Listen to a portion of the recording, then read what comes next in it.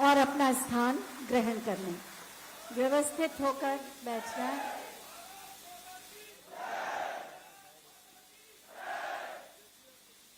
बहुत अच्छा लगता है जब बिना कहे आप दिल से भारत माता की जय कहते हैं, तो ये इस बात का प्रतीक है कि आप भारत के निर्माण के स्वप्न और संकल्प से जुड़े हैं।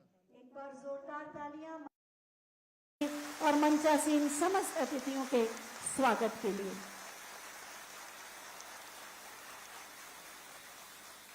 आज के नियुक्ति पत्र वितरण के इस कार्यक्रम में जो रोजगार सृजन की दिशा में एक अप्रतिम अध्याय रच रहा है, मैं मंच पर आसीन माननीय राज्य मंत्री स्वतंत्र प्रभार समाज कल्याण श्री असीम अरुण जी से अनुरोध करूंगी कि इस अवसर पर अपने विचार प्रकट करें और अतिथियों का स्वागत भी करें।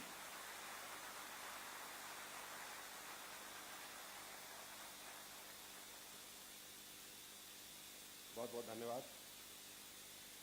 आज इस सुंदर प्रांगण में उपस्थित सभी सफल अभ्यर्थियों को मेरी ओर से बहुत सारी शुभकामनाएं। मैं समझ सकता हूं कि इससे ज़्यादा खुशी का मौका जीवन में और कोई नहीं हो सकता। आप एक बहुत महत्वपूर्ण पड़ाव पे खड़े हैं। आपका छात्र जीवन पूरा हुआ और एक सरकारी सेवक के रूप में आपका जीवन अब शुरू होने वाला है। हमारे बहुत सारे साथी ऑनलाइन भी जुड़े हुए हैं। एक सैंपल के रूप में आप लोग सौभाग्यशाली हैं कि आज माननीय मुख्यमंत्री जी के आशीर्वाद से अपनी सरकारी सेवा शुरू करेंगे। मंचासीन हम सब के अभिभावक माननीय मुख्यमंत्री जी आदरणीय योगी जी का हम लोग हृदय से धन्यवाद देते हैं कि लंबे समय से कुछ ऐसी भ्रांति पाली गई थी कि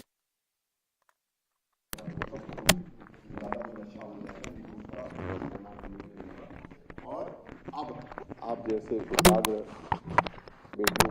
बेटों के आने से मुझे पूरा विश्वास है कि हमारी सरकारी व्यवस्था और मजबूत होगी, क्योंकि कितना भी अच्छा कर्मी क्यों न हो, अगर 5 लोगों का काम दे दिया जाएगा तो वो स्वाभाविक संभव नहीं है। अब ये चीजें हमारी व्यवस्थित होना शुरू हो गई। मंचासीन आदरणीय बड़े भाई श्री ओम प्रकाश राजभर साहब, मेरे साथी मंत्री संजीव गोंड जी और उपस्थित समस्त अधिकारीगण, आपका बहुत बहुत स्वागत। मैं स्वयं क्योंकि सरकारी सेवा में रहा हूं 28 साल, तो मैं इस भाव को अच्छे से समझ सकता हूं कि आपको जो काम करने का मौका अब मिला है, विशेषकर समाज कल्याण में आप काम करेंगे, ग्रामीण विकास में आप काम करेंगे।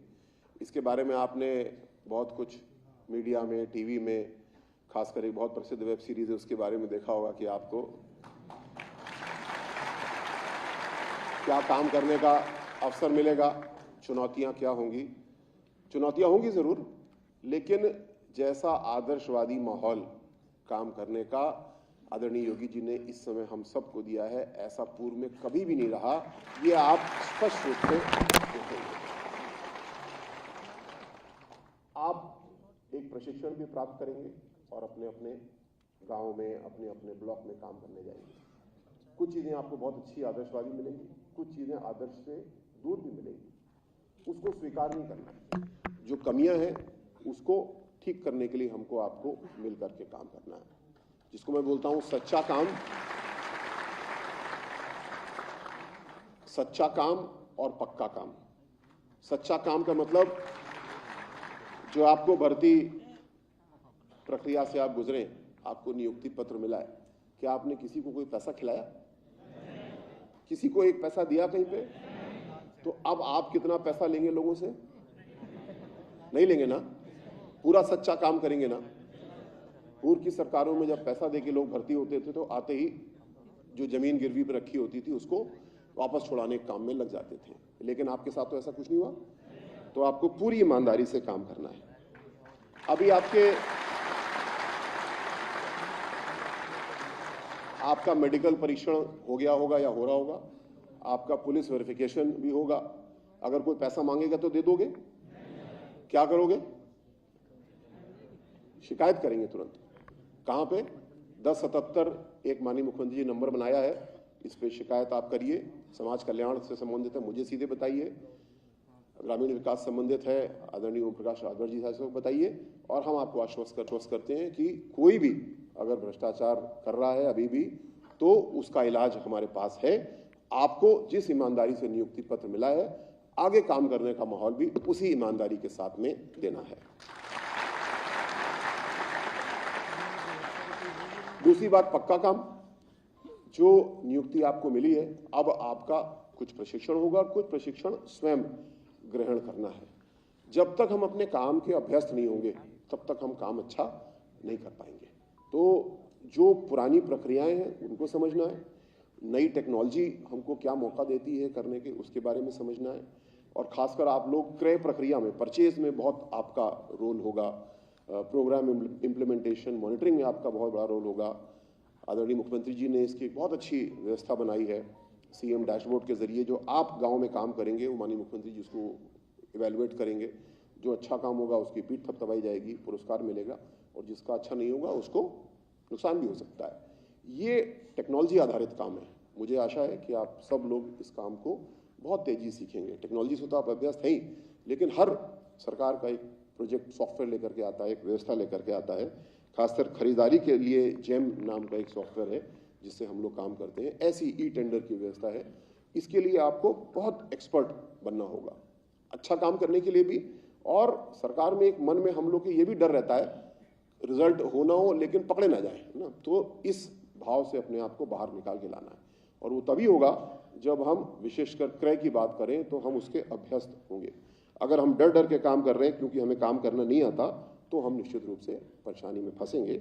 मुझे आशा है कि आप दोनों ही चीज़ों पर ध्यान देंगे, सच्चा काम भी करेंगे और पक्का काम भी करेंगे। आपको बहुत सारी शुभकामनाएं। विशेषकर इस परीक्षा प्रक्रिया में लगे हुए सभी लोगों को मैं धन्यवाद देता हूं कि अत्यंत शुचितापूर्ण व्यवस्था के साथ ये परीक्षा संपन्न हुई है। आगे और भी ऐसी परीक्षाएं होंगी, और जितने भी सरकारी पद खाली हैं, आदरणीय मुख्यमंत्री जी एक बहुत बड़ा अभियान चला करके उन सबको भर रहे हैं, क्योंकि सरकार की व्यवस्था भी मजबूत हो रही है और आप जैसे युवा साथियों को सरकार के अंदर योगदान करने का मौका भी मिल रहा है। तो बहुत सारी शुभकामनाएं, बहुत बहुत आभार, धन्यवाद।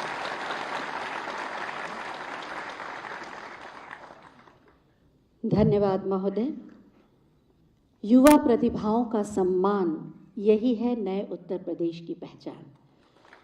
मंच पर आसीन है माननीय पंचायती राज एवं अल्पसंख्यक कल्याण मंत्री माननीय श्री ओम प्रकाश राजभर जी। हम उनसे भी अनुरोध करेंगे कि आज के इस अवसर पर अपने विचार प्रकट करने की कृपा करें।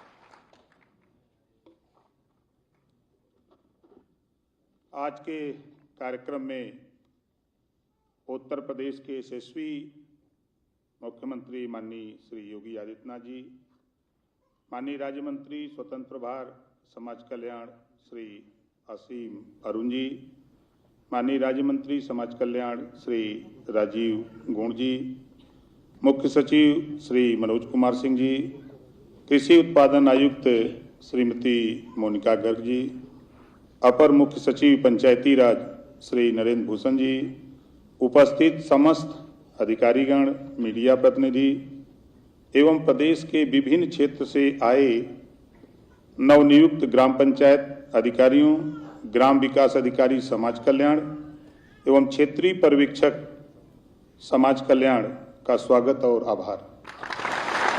साथियों, पंचायती राज व्यवस्था में पंचायतों की भूमिका अत्यंत महत्वपूर्ण है। यह किसी को बताने की आवश्यकता नहीं है। एक संवैधानिक संस्था होने के कारण पंचायतें उस प्रत्येक कार्य के लिए जवाबदेह हैं जो जन उपयोगी हो, समुदाय के लाभ और विकास से जुड़े हों, चाहे वो स्वास्थ्य कैंप लगवाना हो या फिर रोजगार मेले का, या फिर स्वयं सहायता समूह की महिलाओं और किसानों के लिए व्यापार के अतिरिक्त स्रोतों को जुटाना। मैं तो देख रहा हूं कि पंचायत की कार्यप्रणाली में बहुत बड़ा परिवर्तन आया है। जब से माननीय मुख्यमंत्री जी के नेतृत्व में काम शुरू हुआ है, इधर हम लोग जब से किए हैं, आज के इस डिजिटल युग में सारी पंचायतें अपना कार्य ऑनलाइन कर रही हैं, योजना ऑनलाइन बना रही हैं, व्यय का हिसाब ऑनलाइन रखा जा रहा है, ऑडिट भी ऑनलाइन हो रहा है। इसलिए अधिक सावधानी बरतने की जरूरत है, क्योंकि हर आदमी आज एक रिपोर्टर है। उसके पास सोशल मीडिया के रूप में एक हथियार है। कोई भी अच्छा काम बाद में पहुंचता है, नकारात्मक विचार पहले पहुंचते हैं। इसलिए समय पर काम करना और उसका अनुकूल प्रचार करने से जनता से सीधे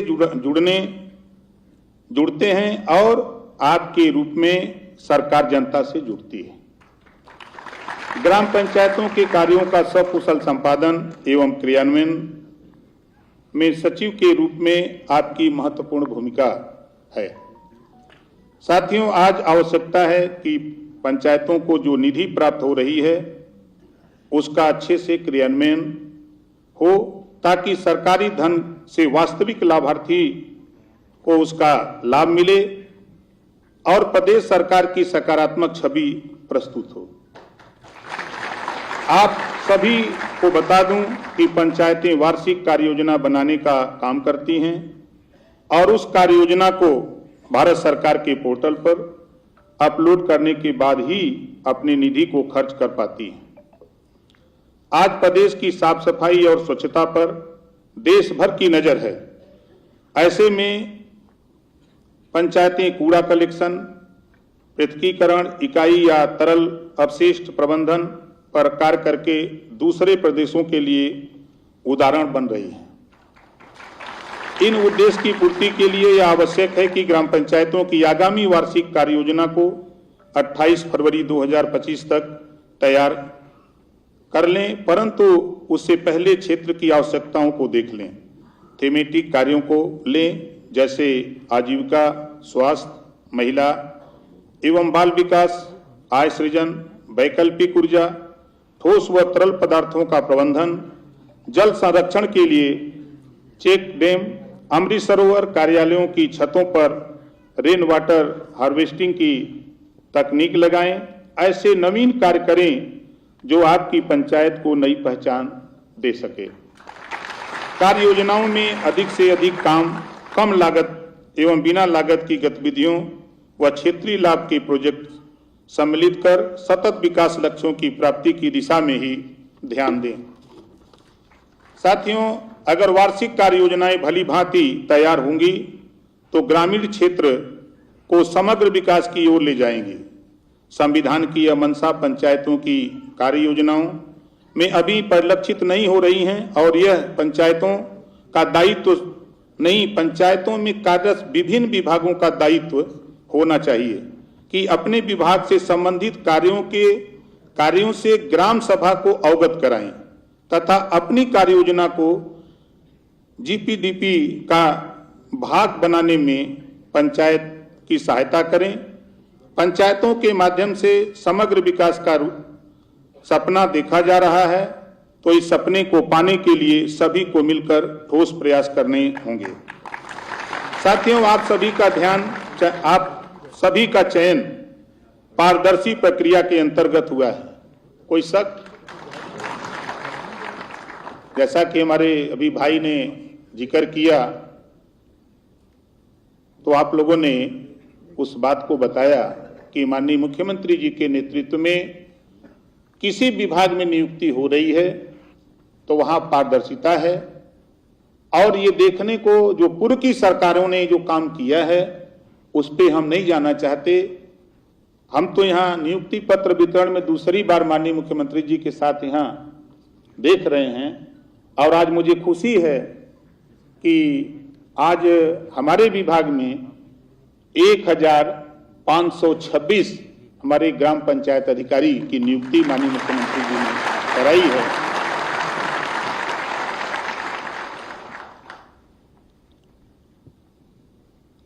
मैं चाहूंगा कि आप पारदर्शी प्रक्रिया अपनाते हुए ग्राम पंचायत के समस्त नागरिकों के उत्थान एवं चौमुखी विकास में अपना योगदान दें।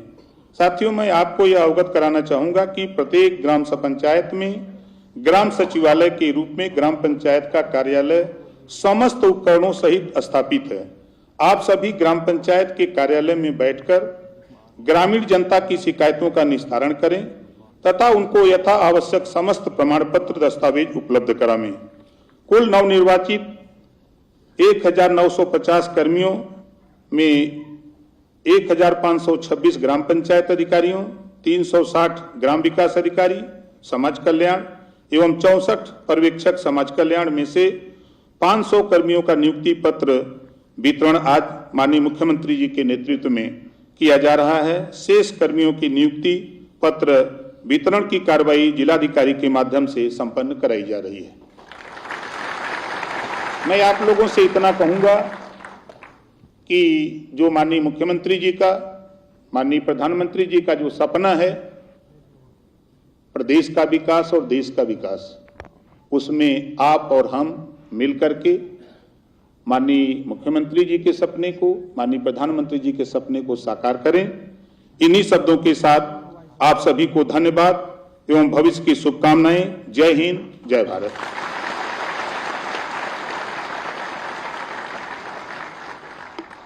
धन्यवाद महोदय। आज के इस आयोजन और इसके प्रयोजन के बारे में एक छोटी सी फिल्म बनाई गई है, आइए देखते हैं। देश के सामाजिक और आर्थिक विकास में युवाओं की भूमिका अत्यंत महत्वपूर्ण है। युवाओं का कल्याण तय करता है उज्जवल भविष्य की दिशा। यशस्वी प्रधानमंत्री नरेंद्र मोदी जी के इसी विजन के अनुरूप आत्मनिर्भर भारत के निर्माण में सुनिश्चित हो रहा है युवाओं का योगदान। युवाओं के सपने साकार करने का आधार बना है प्रधानमंत्री रोजगार सृजन कार्यक्रम। आज गांव हो, शहर हो या कस्बा, हर जगह उफान पर है युवाओं का जज्बा। शिक्षा, चिकित्सा, विज्ञान, अनुसंधान, कृषि, खेल, कला और साहित्य सहित हर क्षेत्र में युवाओं को मिले हैं समान अवसर। माननीय मुख्यमंत्री योगी आदित्यनाथ के नेतृत्व में संचालित मिशन रोजगार ने निष्पक्ष एवं पारदर्शी भर्ती प्रक्रिया को किया है सुनिश्चित। पारदर्शी भर्तियों से 6,50,000 से अधिक युवाओं को मिली है सरकारी नौकरी और 3,75,000 से अधिक युवाओं को सरकारी विभागों में संविदा पर नौकरी। साथ ही निजी और एमएसएमई क्षेत्र में 2 करोड़ से अधिक युवाओं को रोजगार से जोड़कर प्रदेश के आर्थिक एवं सामाजिक विकास को मिली है नई दिशा। विकसित भारत के निर्माण के लिए इन ऊर्जावान प्रतिभाशाली युवा का योगदान अत्यंत महत्वपूर्ण है और इसके लिए राज्य सरकार शिक्षा और रोजगार पर विशेष ध्यान दे रही है। माननीय मुख्यमंत्री जी की प्रेरणा से मिशन रोजगार के तहत आयोजित हुए जनपद स्तरीय वृहद रोजगार मेलों ने युवाओं के सपनों को दी है नई उड़ान। अंबेडकर नगर, अयोध्या, मुजफ्फरनगर, मैनपुरी, अलीगढ़, कानपुर, मिर्जापुर, मुरादाबाद और प्रयागराज में आयोजित रोजगार मेलों ने युवाओं की उम्मीदों को लगाए हैं पंख। माननीय मुख्यमंत्री जी के करकमलों से आज उत्तर प्रदेश अधीनस्थ सेवा चयन आयोग द्वारा ग्राम पंचायत अधिकारी, ग्राम विकास अधिकारी और समाज कल्याण पर्यवेक्षक के 1950 पदों पर चयनित अभ्यर्थियों को नियुक्ति पत्र वितरित किया जा रहा है। इन नव चयनित अभ्यर्थियों की नियुक्तियों से पंचायती राज विभाग और समाज कल्याण विभाग द्वारा संचालित जन कल्याण की मुहिम को मिलेगी नई रफ्तार। त्रिस्तरीय पंचायतों के सशक्तिकरण के साथ ही समाज कल्याण को मिलेगी नई दिशा। आप सभी नव चयनित अभ्यर्थियों को उज्जवल भविष्य की अनंत हार्दिक शुभकामनाएं। युवा प्रतिभा को सम्मान, नए उत्तर प्रदेश की पहचान।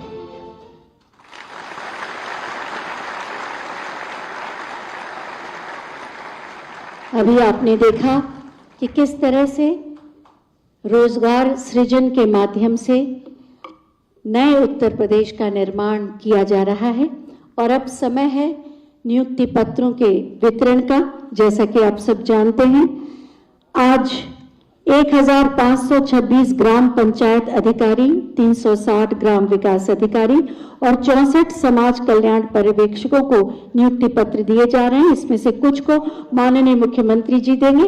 इस क्रम में सबसे पहले मैं आमंत्रित कर रही हूं श्री अवनीश तिवारी, ग्राम पंचायत अधिकारी, बाराबंकी के पद पर नियुक्ति।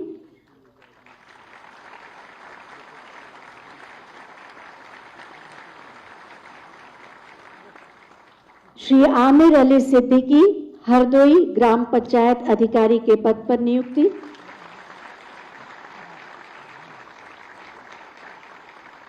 सुश्री रूबी मिश्रा महोबा में ग्राम पंचायत अधिकारी के रूप में नियुक्ति। श्री नितेश सिंह गोरखपुर ग्राम पंचायत अधिकारी के रूप में नियुक्ति।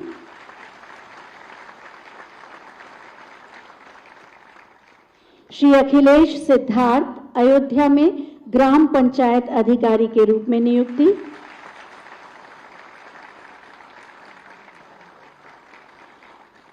सुश्री निधि गोरखपुर में ग्राम पंचायत अधिकारी के रूप में नियुक्ति।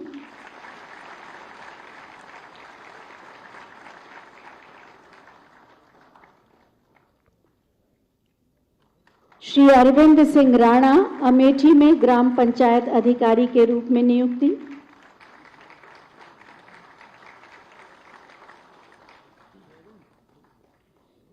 श्री दिनेश कुमार मौर्य वाराणसी में ग्राम पंचायत अधिकारी के रूप में नियुक्ति।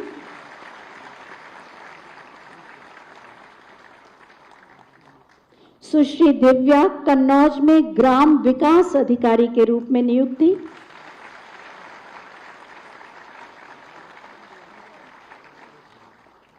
श्री कन्हैया लाल गौतम गोरखपुर में ग्राम विकास अधिकारी के रूप में नियुक्ति।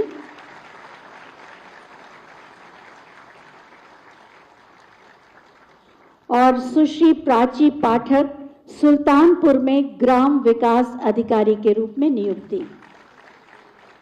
एक बार सभी के लिए जोरदार तालियां।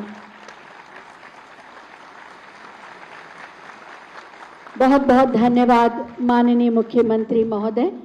आपके हाथों से ये नियुक्ति पत्र पाकर इन सभी को उज्जवल भविष्य के प्रति विश्वास जगा है और जिस ऊर्जा के साथ, जिस सोच के साथ आप अपने दायित्वों का निर्वहन करते हैं, निश्चित रूप से ये सभी भी उसी प्रकार अपने दायित्वों का निर्वहन करेंगे।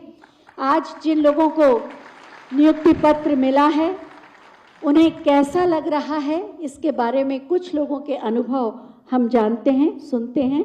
सबसे पहले इस क्रम में मैं आमंत्रित कर रही हूँ ग्राम पंचायत अधिकारी श्रावस्ती के रूप में कार्य करेंगी सुश्री कोमल गुप्ता जी। अपना अनुभव बताएं।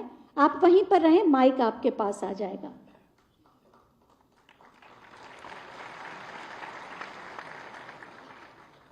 माननीय मुख्यमंत्री, हाँ बस पास लाइए, माइक ऑन। माननीय मुख्यमंत्री जी एवं यहाँ पे उपस्थित समस्त माननीयगण को सादर प्रणाम।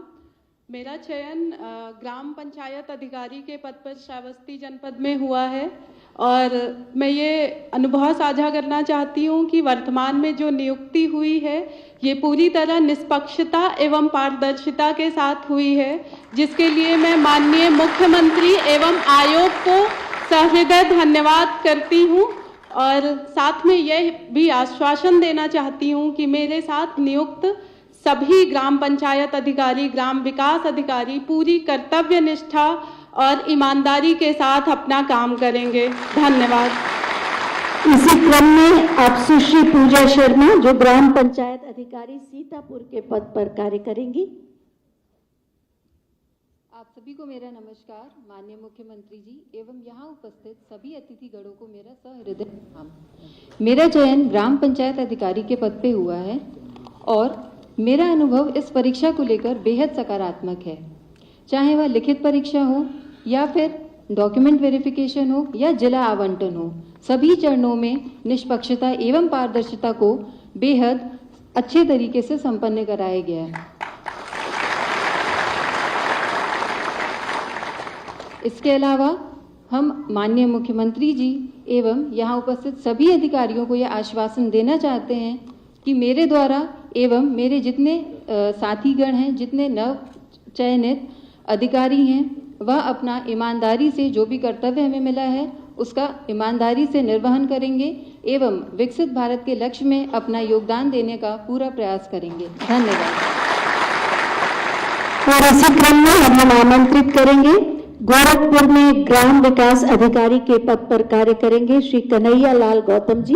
अपना अनुभव साझा करें। माननीय मुख्यमंत्री जी, मंच पर उपस्थित सभी मंत्रीगण और अभिभावकों का मैं अभिनंदन करता हूं। मैं कन्हैयालाल गौतम पुत्र श्री पारसनाथ गोरखपुर का निवासी हूं। मैं ग्राम विकास अधिकारी के पद पर चयनित हुआ हूं। ये सभी चयन प्रक्रिया जो भी हुई है वो बहुत ही निष्पक्ष और पारदर्शी तरीके से किया गया। इसके लिए मैं मुख्यमंत्री जी का आभार प्रकट करता हूं। प्रदेश सरकार द्वारा जो भी चलाई जा रही योजनाएं हैं, मैं उसको निष्ठापूर्वक निर्वहन करूंगा अपने कर्तव्यों को और दायित्वों का। मैं अपने जो भी परिजन हैं और गुरुजन हैं उनको मैं भी इस पद पर चयनित होने के लिए धन्यवाद करता हूं। धन्यवाद। बहुत बहुत धन्यवाद आप सभी का। हमें मालूम है आप सबके मन में भी ऐसी भावनाएं होंगी। अगर आपके मन में भी यही भावनाएं तो एक बार जोरदार तालियों से अपनी कृतज्ञता माननीय मुख्यमंत्री जी के प्रति व्यक्त करें।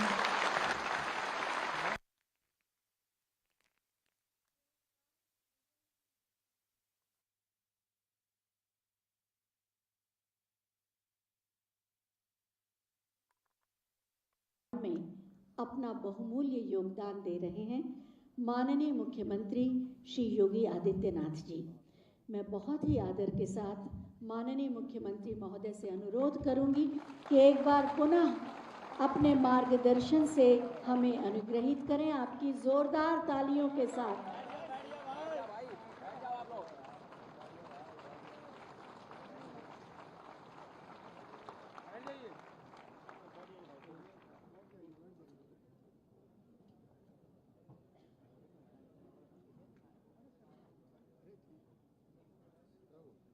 आज के इस नियुक्ति पत्र वितरण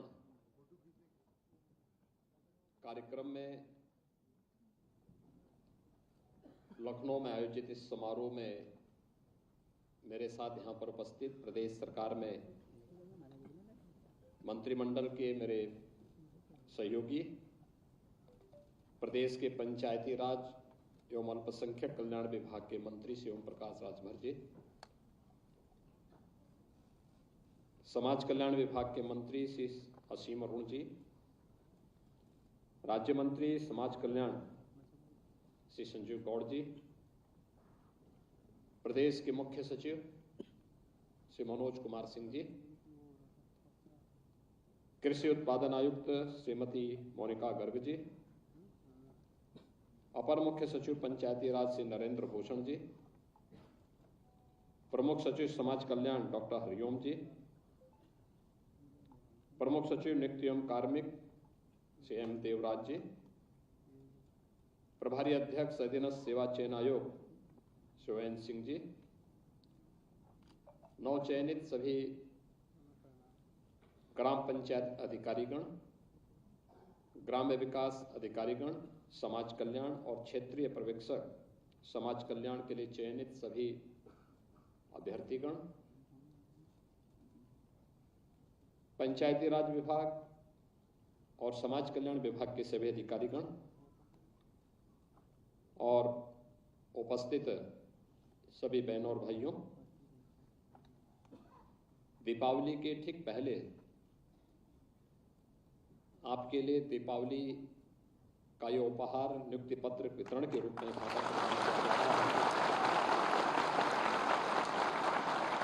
मैं इस अवसर पर आप सभी को, आपके परिजनों को, अभिभावकों को, आपके मित्रों को, सभी शुभचिंतकों को मैं इसकी हृदय से बधाई देता हूं।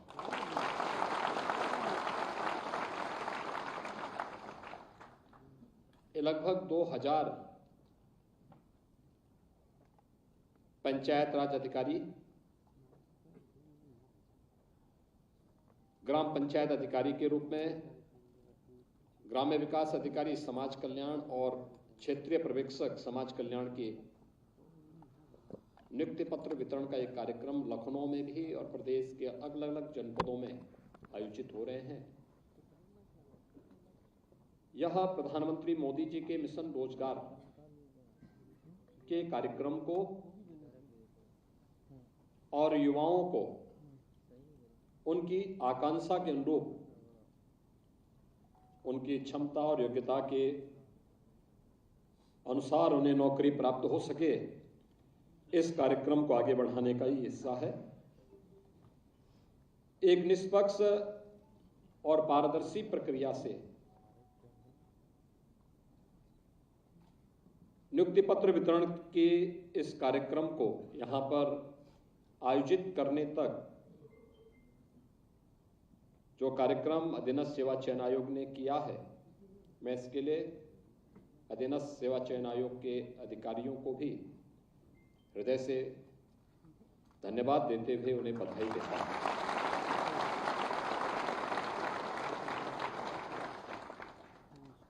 मुझे ये बताते हुए प्रसन्नता है कि पिछले 7.5 वर्ष के अंदर हमारी सरकार ने प्रदेश के अंदर प्रदेश के समग्र विकास के लिए जो रूपरेखा तैयार की थी, उस रूपरेखा के क्रम में भर्ती की प्रक्रिया भी पारदर्शी तरीके से हो सके, यह उसका एक प्रमुख भाग था। क्योंकि अगर अच्छे और सक्षम और योग्य अभ्यर्थियों का चयन नहीं होगा तो सरकार की योजनाओं को जमीनी धरातल पर उतारने के लिए जिस तंत्र को कार्य करना है वह स्वयं पैरालाइज हो जाएगा, वह स्थिति न पैदा हो। इसके लिए हम लोगों ने 2017 में ही इस बात को तय किया था कि जितने भी भर्ती आयोग या बोर्ड हैं वे पूरी निष्पक्षता के साथ पारदर्शी तरीके से आरक्षण के नियमों का पालन करते हुए भर्ती की प्रक्रिया को संपन्न करें। और मुझे प्रसन्नता है कि पिछले 7.5 वर्ष के अंदर हमारी सरकार लगभग 7 लाख भर्ती की प्रक्रिया को पूरी करने की दिशा में अग्रसर हो चुकी है। सरकारी सेवाओं में जो भर्ती हम लोगों ने अब तक संपन्न की है। इसी प्रकार से प्रदेश के अंदर सुरक्षा का एक बेहतर माहौल देने के कारण लाखों नौजवानों के लिए निजी क्षेत्र में भी नौकरी की संभावनाओं को आगे बढ़ाया गया। आज आप देख रहे होंगे यही राज्य है जहां पर पहले कोई आता नहीं था, रोज यहां पे निवेश करने के लिए नहीं आता था। आज बड़ा बड़ा निवेश यहां पे हो रहा है। लाखों करोड़ रुपए के निवेश के प्रस्ताव जमीनी धरातल पर उतारे जा चुके हैं। लाखों करोड़ के वर्तमान में सरकार के पास विचाराधीन है और उस प्रक्रिया को भी हम बहुत शीघ्र संपन्न करने जा रहे हैं। प्रदेश का जो युवा पहले नौकरी और रोजगार के लिए देश के और दुनिया के अलग अलग क्षेत्रों में भटकता था, आज उसको अपने ही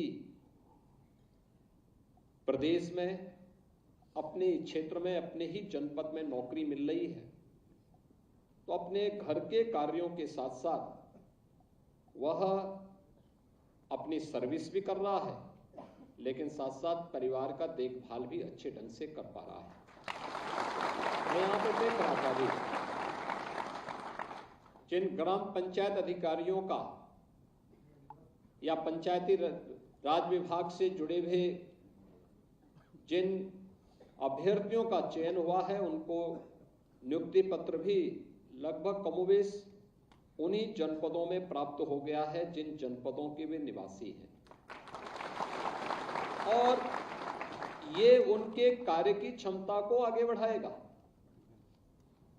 उन्हें वहां पर कार्य का जो अच्छा हो सकता है उस प्रकार का परिणाम देने के लिए उन्हें तैयार भी करेगा। और यह स्थिति हम लोगों ने निजी निवेश के माध्यम से प्रदेश के युवाओं के लिए किया। प्रदेश में योग्य और स्किलफुल मैन पावर हम उपलब्ध करा सकें, चाहे वह शासन के लिए, चाहे वह निजी क्षेत्र के लिए। इसके लिए उस प्रकार के व्यावसायिक और तकनीकी शिक्षा में उस प्रकार के ट्रेड और कोर्सेज हम लोगों के द्वारा संचालित भी हुए हैं। आज उसका एक बेहतर समन्वय बनाने का प्रयास हुआ है। इसी का परिणाम है कि उत्तर प्रदेश अब देश की एक अग्रणी अर्थव्यवस्था के रूप में जाना जा रहा है। विकास का एक माहौल बना है। निवेश के माहौल के माध्यम से रोजगार सृजन की अनेक संभावनाएं आगे बढ़ी हैं। युवाओं की अपेक्षा को और उनकी आकांक्षाओं को जमीनी धरातल पर उतारने में मदद मिली है। जिन युवाओं को पहले पहचान का संकट था, आज वह युवा अपने प्रदेश में रह करके देश की अर्थव्यवस्था को सुदृढ़ता प्रदान करने में अपना योगदान दे रहे हैं। और उन्हीं अपेक्षाओं के साथ आज यहां पर नियुक्ति पत्र वितरण के इस कार्यक्रम के साथ हम सब जुड़े हुए हैं। प्रदेश में अलग अलग जनपदों में भी कार्यक्रम हो रहे हैं। वहां पर कहीं प्रभारी मंत्री गए हैं, कहीं पर स्थानीय माननीय सांसद और विधायकगण इस नियुक्ति की प्रक्रिया के साथ जुड़े हुए हैं। मैं केवल आपसे एक अपेक्षा करूंगा, आप में से हो सकता है कुछ अभ्यर्थी होंगे जिन्होंने 2017 के पहले भी आवेदन किया होगा। उस समय भी सक्षम और समर्थ होने के बावजूद भी आपका चयन इसलिए नहीं हुआ होगा क्योंकि आपकी पहुंच नहीं थी। आपके माँ बाप या अभिभावक के पास इतना पैसा नहीं था कि वे पैसा दे करके उस समय नियुक्त हो सके। और परिणाम क्या होता था कि सब कुछ होने के बावजूद भी आपको चयन की प्रक्रिया से बाहर कर दिया जाता था। लेकिन पिछले 7 वर्ष के अंदर जो भी चयन की प्रक्रिया हुई, हम लोगों ने इस बात को सुनिश्चित किया कि इसमें किसी भी अभ्यर्थी के साथ कोई भी भेदभाव न हो। उसकी योग्यता और उसकी क्षमता का भरपूर उपयोग हम प्रदेश के विकास के लिए कर सकें, 25 करोड़ लोगों के भाग्य को बदलने में कर सकें और 25 करोड़ जनता के सामर्थ्य से हम उत्तर प्रदेश को भारत की अर्थव्यवस्था के ग्रोथ इंजन के रूप में प्रस्तुत कर सकें। आज उसी का परिणाम है। हमने नियुक्ति की प्रक्रिया की, सरकारी नियुक्तियां हो या निजी क्षेत्र में नियुक्तियां, या संविदा के आधार पर व्यक्ति की योग्यता और उसकी क्षमता को ध्यान में रख करके जब ये नियुक्ति की प्रक्रिया ईमानदारी से आगे बढ़ी तो परिणाम है हर एक क्षेत्र में उत्तर प्रदेश तेजी के साथ दौड़ता हुआ दिखाई दे रहा है। उस विकास का लाभ, प्रतिभा के बेहतर उपयोग का लाभ आज उत्तर प्रदेश को प्राप्त हो रहा है। जो 6ठी 7वीं अर्थव्यवस्था जिस उत्तर प्रदेश की थी, आज वो देश की नंबर 2 की अर्थव्यवस्था के रूप में अपने आप को जो उत्तर प्रदेश देश के विकास का बैरियर माना जाता था, वो उत्तर प्रदेश आज भारत के विकास का एक ग्रोथ इंजन के रूप में अपने आप को सामने रख रहा है। जिस उत्तर प्रदेश में कोई निवेश करने के लिए नहीं आना चाहता था, आज उस उत्तर प्रदेश में लाखों करोड़ रुपए का निवेश आ रहा है। और ये निवेश केवल निवेश नहीं है, इसमें रोजगार भी है और इसमें विकास भी है। ये सभी चीजें आज तेजी के साथ आगे बढ़ती हुई दिखाई दे रही हैं। और इसीलिए मेरी आपसे अपेक्षा होगी कि ग्राम पंचायत अधिकारी के रूप में आपकी जो जिम्मेदारी है वह ग्राम पंचायत अधिकारी के रूप में, चाहे वह पंचायती राज विभाग के माध्यम से हो या समाज कल्याण विभाग के माध्यम से, दोनों की अपनी अपनी भूमिकाएं हैं। याद रखना, राष्ट्रपिता महात्मा गांधी के ग्राम स्वराज की परिकल्पना को साकार करने की जो सबसे आधारभूत इकाई है वह ग्राम पंचायत है। आज प्रधानमंत्री मोदी जी ने देशवासियों को आत्मनिर्भर भारत की बात कही है। आत्मनिर्भर भारत के लिए उन्होंने एक टारगेट भी देश के लोगों के सामने प्रस्तुत किया है कि देश जब 2047 में अपने आजादी की शताब्दी महोत्सव मना रहा होगा, तब कैसा भारत हमें चाहिए, तब कैसा भारत हमें चाहिए? एक आत्मनिर्भर और विकसित भारत। और उस आत्मनिर्भर और विकसित भारत के लिए जो नींव आज आप रखेंगे, इसी नींव पर उस आत्मनिर्भर और विकसित भारत की आधारशिला बनने वाली है। याद रखना, उसकी आधारशिला हमारी ग्राम पंचायतें बने। इसके लिए बहुत सारा कार्य पंचायती राज विभाग ने पहले से ही संपन्न किया हुआ है। 73वें संविधान संशोधन के माध्यम से ग्राम पंचायतों को जो 29 प्रकार के कार्यों को करने के लिए डेलीगेट किए गए हैं, इन कार्यक्रमों को तेजी के साथ आगे बढ़ाने के साथ ही अब तक प्रदेश में सचिवालय होते थे, जनपद स्तर पर जिलाधिकारी का कार्यालय और वहां पर विकास भवन हुआ करता था, लेकिन जिनके लिए यह कार्य हो रहा है उस ग्राम पंचायत के पास अपना कोई भी भवन नहीं था। ग्राम प्रधान जैसे तैसे अपने घर से कार्य करता था और यही परिणाम होता था कि बहुत बार तो ग्राम प्रधान ऐसे भी करते थे कि कार्य योजना बनती नहीं थी तो काम भी नहीं हो पाता था, और अंतिम वर्ष में दौड़ धूप करके किसी प्रकार से उसने कुछ योजना बना ली, इंप्लीमेंट हो गई तो हो गई, नहीं हो गई तो फिर पैसा लैप्स होता था या जैसे तैसे कोई निकाल लेता था। लेकिन अब ऐसा नहीं होने वाला। अब उत्तर प्रदेश की 57,000 से अधिक ग्राम पंचायतों में सब जगह ग्राम सचिवालय लगभग बन चुके हैं और इनमें ऑप्टिकल फाइबर का कनेक्शन या फिर इंटरनेट का कनेक्शन या वाईफाई की सुविधा वहां पर उपलब्ध कराई जा चुकी है। एक वहां पर ग्राम पंचायत सहायक के रूप में कंप्यूटर ऑपरेटर भी नियुक्त किया जा चुका है। अब हमें अपने आप को साबित करना होगा। गांव से जुड़ी हुई समस्याओं का समाधान गांव के अंदर ही गांव के लोगों को प्राप्त हो। आय प्रमाण पत्र हो, निवास प्रमाण पत्र हो या फिर जाति प्रमाण पत्र हो, ये सभी सुविधाएं ऑनलाइन वहां पर उसे प्राप्त हो। इसके लिए एक तो ग्राम पंचायत को तैयार करना, ग्राम पंचायत की कार्य योजना को, साल भर की कार्य योजना को ग्राम पंचायत प्रधान और ग्राम से जुड़े हुए जो अन्य लोग हैं उनके साथ बैठ करके तैयार करना, और फिर ये भी देखना कि केवल हम सरकार पे ही निर्भर रह करके सरकार के धन के केंद्रीय और राज्य वित्त के धनराशि से ही हम विकास के कार्यों को आगे बढ़ा सकें, ऐसा नहीं। हमारे अपने स्वयं के रिसोर्सेस क्या हैं, कैसे हम अपने गांव को भी आत्मनिर्भर बना सकते हैं, आत्मनिर्भरता के इस लक्ष्य को प्राप्त करने के लिए क्या प्रयास हमारे स्तर पर हो सकते हैं। और मुझे लगता है कि हर ग्राम पंचायत में आत्मनिर्भर होने की संभावना छुपी हुई है। हर ग्राम पंचायत के पास कुछ सरप्लस लैंड होगी, गांव में कहीं बाजार लगते होंगे, ग्रामीण हाट के रूप में आप उसको विकसित कर सकते हैं।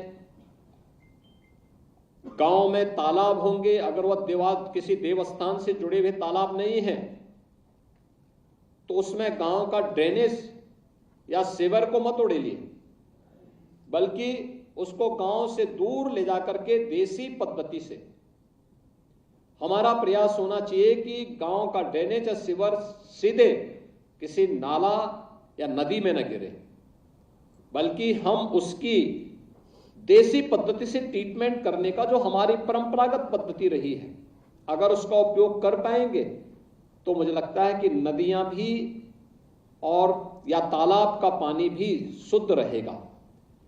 दूसरा, अगर इन तालाबों को हम मत्स्य पालन के लिए या किसी अन्य कार्य के लिए उपयोग कर सकें तो ग्राम पंचायत की एक अतिरिक्त इनकम आप इसके माध्यम से अर्जित कर सकते हैं। और गांव पंचायत की जितनी इनकम होगी, हम लोगों ने कह रखा है, यहाँ पे पंचायती राज विभाग से कह रखा है कि प्रस्ताव तैयार करें। जिन ग्राम पंचायतों के पास केंद्रीय या राज्य वित्त से पैसा जाता है और ज्यादातर पैसा वह वेतन भत्तों में ही खर्च होता है, उन ग्राम पंचायतों को पहले चरण में जितना पैसा वह अपने स्वयं के रिसोर्सेस से अर्जित करेंगी, उतना ही पैसा अतिरिक्त हम राज्य सरकार से उसे उपलब्ध करवाएंगे विकास के लिए, और ग्राम पंचायत को आत्मनिर्भर बनाने की दिशा में हम आगे बढ़ेंगे। प्रधानमंत्री जी ने स्मार्ट सिटी की बात की है। आज प्रदेश के अंदर 17 सिटी हम स्मार्ट सिटी बना रहे हैं। क्या हमारा ग्राम पंचायत भी स्मार्ट बन सकता है?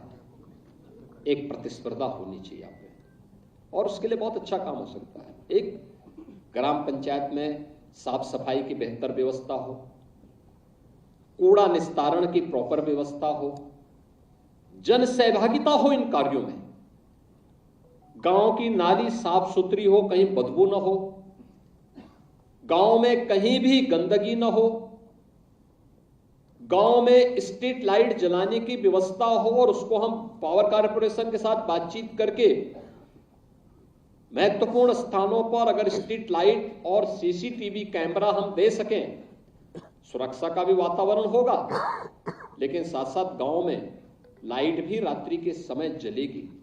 और हमारा प्रयास होना चाहिए कि लाइट समय पे ऑन हो सके, समय पे ऑफ हो सके। या तो हम सेंसर लगाएं, सेंसर नहीं लगा सकते हैं तो ग्राम पंचायत के किसी एक कर्मचारी की ड्यूटी लगा दें कि भाई देखो, सूर्य अस्त के बाद ऑन होना चाहिए, जब थोड़ी बहुत अंधेरा होने लग जाए और सूर्य उदय के पहले जैसे उजाला होता है ये लाइट बंद हो जानी चाहिए, क्योंकि ये अनावश्यक वेस्ट न हो। इसके लिए अगर हम ये कर दें, पब्लिक एड्रेस सिस्टम लगा सकते हैं गांव में, ज्यादा भी नहीं लगेगा, बहुत स्लो, उस पर कोई मैसेज करना हो, कोई भजन बजाना हो, कोई अन्य गांव के अंदर कोई ऐसे अच्छे कार्यक्रम को आगे बढ़ाना हो, एक माहौल, एक कम्युनिटी सिस्टम को गांव में विकसित करना, आम जन की सहभागिता को आगे बढ़ाना, अगर ये सभी कार्य एक साथ मिलकर के आप ग्राम पंचायत में आगे बढ़ा सकेंगे तो गांव अपने आप ही स्मार्ट बनने की ओर अग्रसर होगा, आत्मनिर्भर भी होगा, स्मार्ट भी होगा। और जब इस संबंध में पंचायती राज विभाग का प्रदेश या केंद्र सरकार के स्तर पर कोई कंपटीशन होगा तो उसमें भी उत्तर प्रदेश की ग्राम पंचायतें अग्रणी भूमिका के साथ दिखनी चाहिए। कुछ अच्छे पुरस्कार हमारी ग्राम पंचायतों को भी प्राप्त हों। याद रखना, पहले ग्राम पंचायतों के पास जितना भी गांव का कूड़ा होता था उसको एक जगह निस्तारण करने के लिए खाद का गड्ढा ग्राम पंचायत के पास होता था। खाद के गड्ढे कहां चले गए? फिर से ढूंढने की आवश्यकता है, फिर से खाद के गड्ढे बनाने की आवश्यकता है। जो रिजर्व भूमि है, हमें प्रयास होना चाहिए कि उस रिजर्व भूमि में खाद का गड्ढा भी हो, गौचर की भूमि भी हो, गांव के निराश्रित गोवंश के पालन के लिए भी हम निराश्रित गौ आश्रय स्थल भी तैयार करवाएं।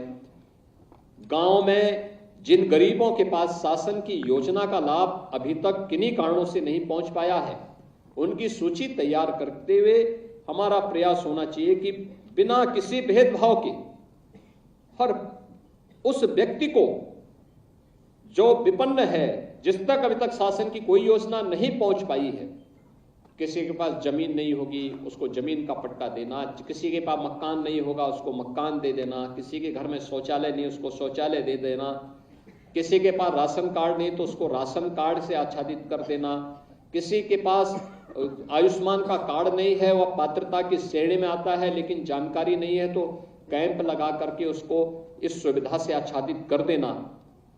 ये सभी कार्यों में अगर आपका योगदान वहां पर रहेगा तो लोगों का विश्वास सिस्टम के साथ जुड़ेगा, आपके साथ भी जुड़ेगा। और याद रखना, एक गरीब की दुआ बहुत लगती है, वही आशीर्वाद होता है। उसका आशीर्वाद भी लगता है, और अगर आप उसका शोषण कर रहे हैं या कोई व्यक्ति उसका शोषण कर रहा है तो उसकी बद्दुआ भी लगती है, बहुत खतरनाक तरीके से लगती है। इसलिए जीवन लोगों के दुआ को लेने के लिए है, आशीर्वाद लेने के लिए है, या जीवन यशस्वी बनने के लिए है, यह बदनामी लेने के लिए नहीं है। इस बात को नोट करना। और बदनामी भरा जीवन व्यक्ति के लिए नरकीय होता है, वही नरक है। और व्यक्ति अगर अपने कार्यों से यश प्राप्त कर रहा है, यही वरदान है उसके लिए, और यही उसके लिए सौभाग्य का क्षण होता है। इसलिए याद करना, कि सरकार आपको सुविधाएं दे सकती है, सरकार आपको सुविधाएं दे रही है, सरकार आपको हर प्रकार का संरक्षण देगी, लेकिन आम जनता के प्रति अपनी जवाबदेही को हमें जमीनी धरातल पर उतार करके दिखाना है कि हमारी ग्राम पंचायतें ऐसी होनी चाहिए जो एक रोल मॉडल के रूप में हम प्रस्तुत कर सके, मॉडल बन सके अन्य लोगों के सामने, स्वच्छता के लिए, आत्मनिर्भरता के लिए, स्मार्ट ग्राम पंचायत बनाने की दिशा में कैसे हमारे प्रयास हो सकते हैं इन सभी को। और ग्राम सचिवालय के पास ही अतिरिक्त इनकम के लिए और भी आपके पास माध्यम बन सकते हैं, जैसे वहां पे एक कम्युनिटी सेंटर बन सकता है, पे गांव के सार्वजनिक कार्यक्रम हो रहे हैं, शादी ब्याह का है, कोई अन्य बड़े कार्यक्रम है, यूजर चार्ज के आधार पर आप गांव के लोगों को सुविधा भी दीजिए, साथ साथ गांव के पास एक भवन भी होगा, गांव का वहां पे सार्वजनिक शौचालय भी गांव का बनाया गया है, उसकी साफ सफाई की व्यवस्था निरंतर होती रहे ये भी देखना। गांव में फेयर प्राइस शॉप होगी, कोटे की दुकान होगी, ये फेयर प्राइस शॉप उसी ग्राम सचिवालय के पास एक मॉडल शॉप के रूप में बन रही है, ज्यादातर ग्राम पंचायतें वहीं पे बना रही है। उसको हम लोगों ने छूट दी है कि केवल अब सरकारी राशन ही नहीं वितरित होना है, अन्य सामान भी आप इसके माध्यम से वितरित करिए, और उसका एक किराया जो खास तौर पर दुकान होगी उसका एक किराया वो ग्राम पंचायत में जमा करेगा, वह भी एक अतिरिक्त इनकम का माध्यम ग्राम पंचायत का बन सकता है। करने के लिए पहल चाहिए, प्रयास चाहिए। आप अपने स्वयं के लिए कर सकते हैं, लेकिन जब सरकार की बात आती तो ये लोग मान लेते हैं कि साहब ये तो सरकारी है। अरे सरकार क्या, सरकार के पास पैसा नहीं आना चाहिए क्या? और सरकार के पास पैसा नहीं आएगा तो फिर ये 12-14 लाख कर्मचारियों का वेतन, इनका पेंशन, इनका भत्ता, विकास के बड़े बड़े कार्य कहां से होंगे?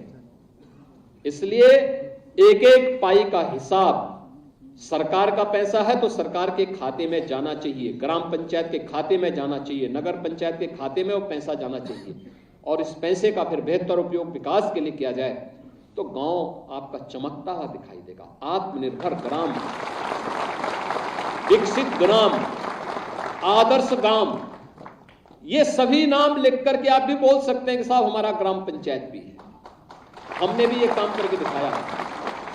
उस दिशा में एक बेहतर प्रयास आपको एक नई पहचान दिलाएगा। ऐसे समाज कल्याण विभाग से जुड़े हुए ग्राम विकास अधिकारी हैं और इनके पर्यवेक्षक भी आज यहां पर नियुक्ति पत्र प्राप्त कर रहे हैं, पूरे प्रदेश भर में नियुक्ति पत्र प्राप्त कर रहे हैं। याद करिए, समाज कल्याण विभाग बहुत बड़ी जिम्मेदारी है। 21 लाख छात्रों को तो केवल स्कॉलरशिप विभाग दे रहा है। ग्राम पंचायत के अंदर अनुसूचित जाति की बेटी की शादी का हो या सामूहिक विवाह का कार्यक्रम, पेंशन की योजना हो या तमाम प्रकार की वे वेलफेयर की स्कीम जो अनुसूचित जाति और जनजाति से जुड़े हुए नौजवानों को एक नई दिशा देती है, ये सभी कार्यक्रम मजबूती के साथ आगे बढ़ते हुए दिखने चाहिए। और आज मुझे अच्छा लगा, मैं यहां पे देख रहा था जब नियुक्ति पत्र वितरित कर रहा था, लखीमपुर खीरी का भी एक जनजाति समुदाय का एक नौजवान यहां नियुक्ति पत्र प्राप्त किया है।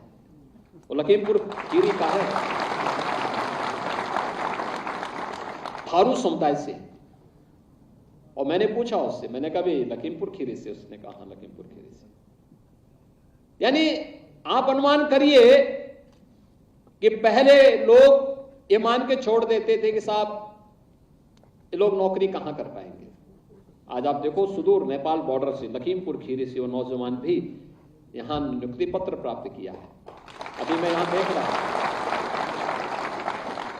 इतनी बेटियां आज यहां पे नियुक्ति पत्र प्राप्त कर रहे हैं। एक बार थोड़ा खड़ा हो जाए, कितनी बेटियां, थोड़ा खड़े हो जाए, सभी बालिकाएं खड़े हो जाए, थोड़ा देखें तो इतनी बड़ी संख्या में, यानी इतनी भारी संख्या में केवल महिलाएं हैं। इधर भी जहां देखो सब वे हैं जो नियुक्ति पत्र प्राप्त कर रही है। बैठिए, आप बैठ जाएं। यानी आप सोचिए कि इनको भी नियुक्ति पत्र प्राप्त हो रहा है और पूरे प्रदेश में प्राप्त हो रहा है। यानी सभागार में तो आधी संख्या केवल बालिकाओं की है जो नियुक्ति पत्र प्राप्त कर रहे हैं। तो स्वाभाविक रूप से यह महिला सशक्तिकरण की दिशा में एक महत्वपूर्ण कदम है।